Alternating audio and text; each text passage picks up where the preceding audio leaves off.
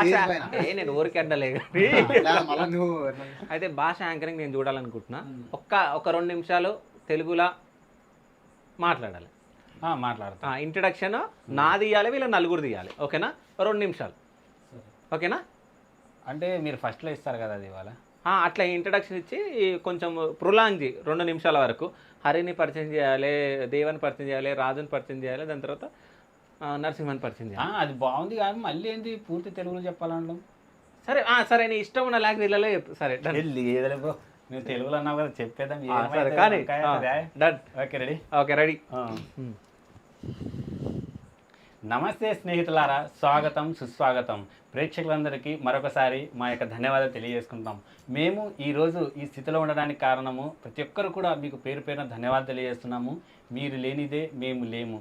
అలాగే ఇప్పుడు మనము నూతన పరిచయం చేసుకుందాం. మా నాన్నగారి పేరు వచ్చేసి శివ గారు. సో తను వచ్చేసి చాలా చాలా పెద్ద పెద్ద వ్యక్తులకు తను సంభాషణ ఇస్తూ ఉంటాడు.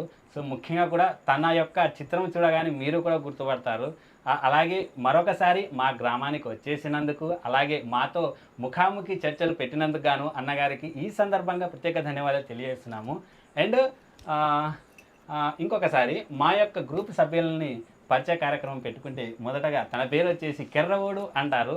సో తను చాలా చాలా హాస్యాస్పద వీడియోల్లో చేస్తూ ఎంతోమందిని నవ్విస్తూ ఉంటాడు. రెండో వ్యక్తి పేరు వచ్చేసి ఎర్రవోడు అన్నమాట. తన గురించి ప్రత్యేకంగా చెప్పాల్సిన అవసరం లేదు.